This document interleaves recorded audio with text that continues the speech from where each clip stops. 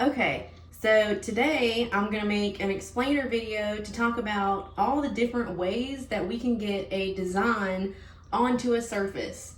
The project that we're using today is for a customer that is going to be making 120 of these or 130 for wedding favors.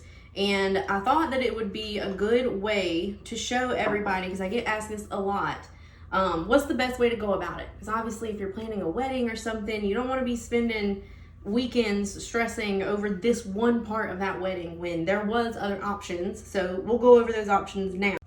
Okay, so this option would be a vinyl decal.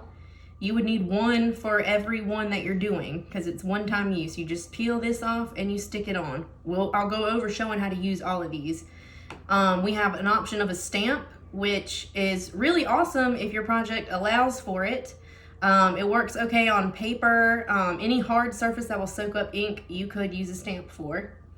This is a one-time use stencil. It's basically a reverse of this so that you could put this on, paint over it, and then peel that off. It works great because the adhesive is already built into the stencil, and so you don't have to worry as much about there being bleeding. It also doesn't need the stencilization edits in it, which I have some examples of in photos that I can send you if you need clarification on that.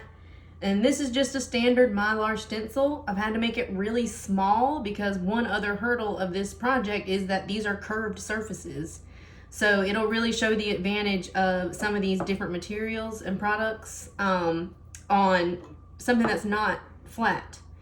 And then there's the option of just stickers. I've got some stickers that I've painted or printed on clear sticker paper, and let's get started showing you how this process would work so you can decide if it's feasible for your project.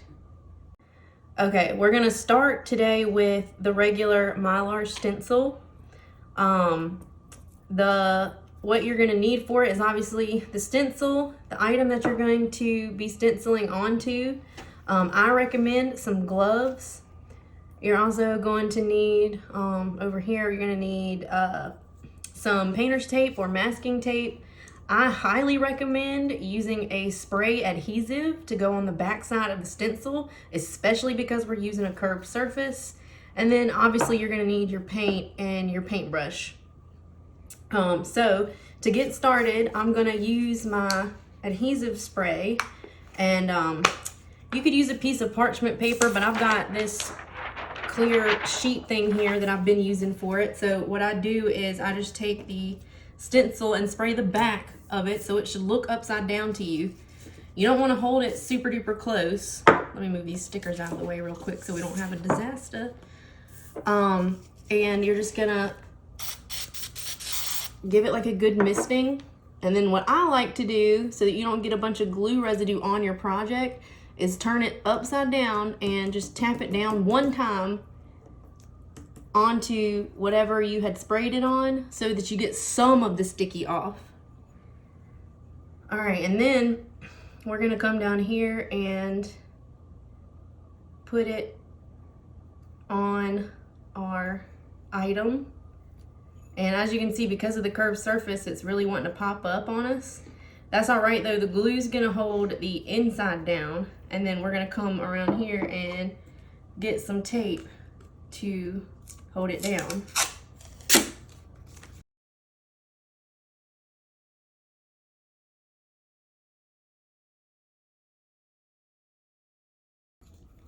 All right, make sure your tape's all nice and pushed down, and you should end up with something kind of like that. I've got my paint already over here in my little paintbrush. So this is kind of important too anytime you're stenciling, whether it's a curved surface or not. Notice how I'm kind of, you don't want a whole bunch of paint. I grab a little bit of paint and then I even dab some of it off. And then I come in here and I dab it onto the stencil too. And I don't linger in one spot too long, and the reason being is because you don't want to agitate that glue and lift it up. And when it starts getting faded, you just come and grab some more paint.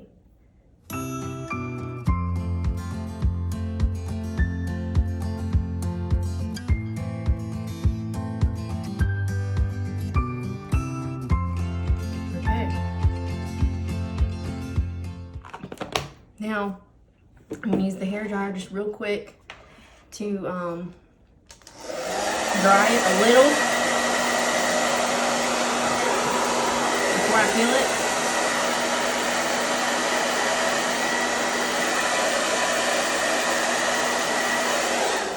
Don't need too much, because sometimes I've had this happen before. If you dry it too much before you peel it off, it gets so dry that it takes the paint with it when you take the stencil off.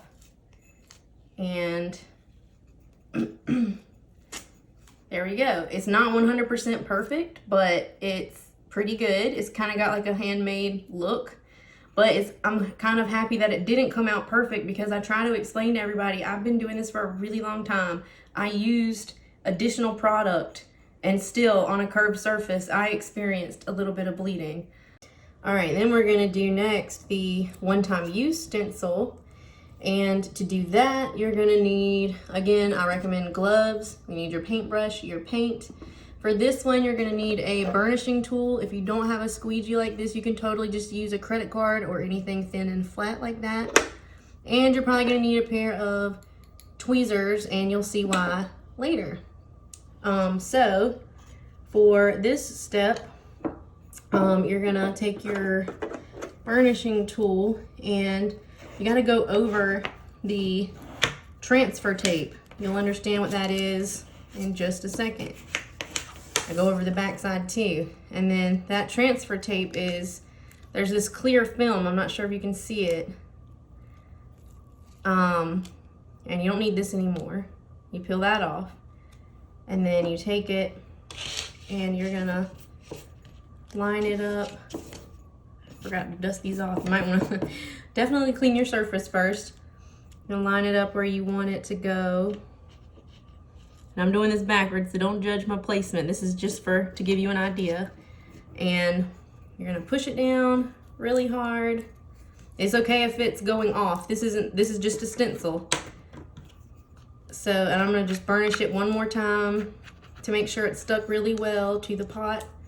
And then again, you're gonna grab the clear and roll it back slowly, and make sure that everything that's supposed to come off comes off, and everything that's supposed to stay stays on the surface. Okay, great. And then just as a final technicality, I go around and just make sure that I don't see any areas that are like have a bubble or anything crazy right next to the design. Just make sure everything's pushed down really well. With stenciling and transferring, taking just a second to be sure is always worth it. And now we're gonna use a similar technique to what we did for the other stencil, but just as you can see, the advantage of this one is that we didn't have to do any spray adhesive. You do need one for every single one that you're gonna do, which does bring the expense up, but if you take into account that you're less likely to make mistakes and it's a lot faster, then it might be in your budget if your time is money too.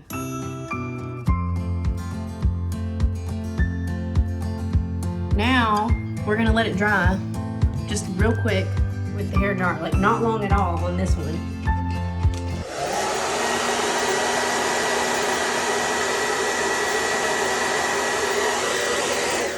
And the reason why not long at all is because that adhesive on the back, if it gets too hot, it'll actually really stick to the surface. So I'm coming in with my tweezers right off the bat just to try to find a way to get up under there. You're definitely going to want to be careful doing that on your final product because you don't want to scratch it. So be wary of that. And you just peel it off. This is trash now, don't need it. But you got to come in here and get out all of the little inside bits.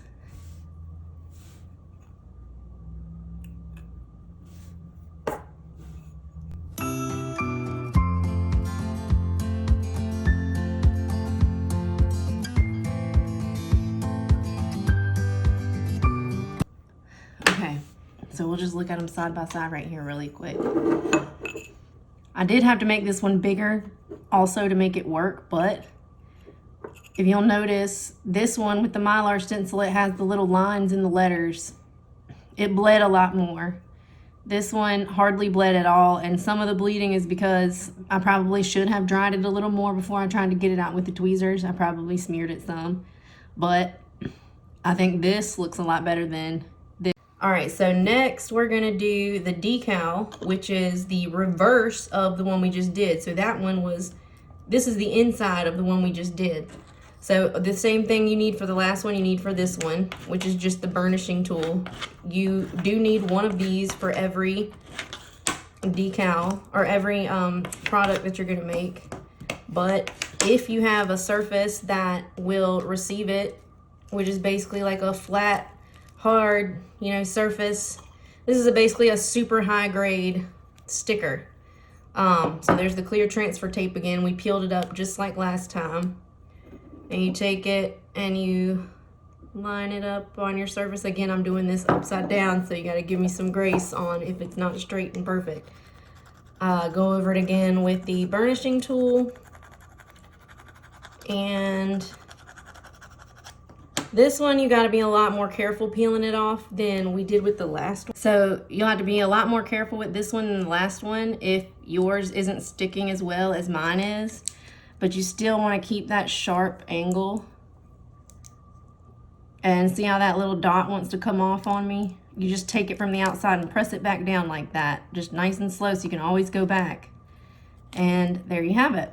And if you kind of zoom in close, like from the side, you can see that it is a kind of raised up surface. And however, I can rub my finger over it and it doesn't go anywhere.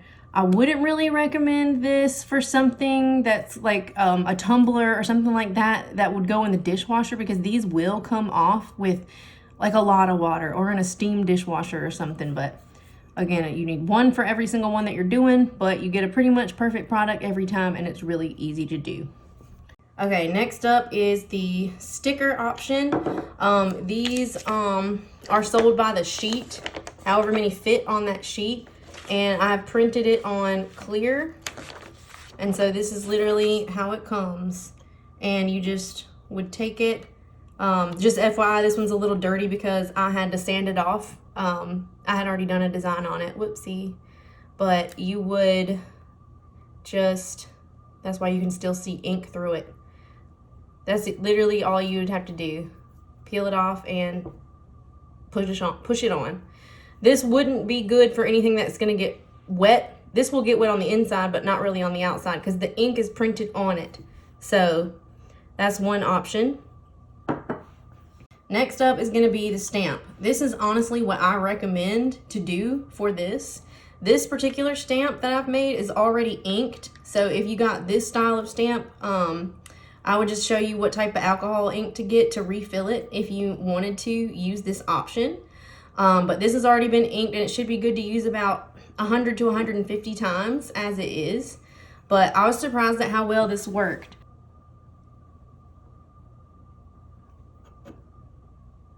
And I really like the way that looks. And the bonus is that you can use it for other stuff. I'll show you what I got over here. I'm gonna bring this over.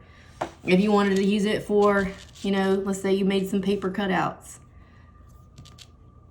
And I actually also have this for you that I'll show you just while we're here. I had made this stamp, but it's way too big to use for these little guys. But just for the sake of this demonstration, suppose somebody else has a project that's not quite as small as yours, I can make larger custom stamps too. And the technique for that is you just dab a little. You don't press down hard. You just dab a little, and then you press down, and you got your design. So if you have something that's flat, I can make stamps like that as well.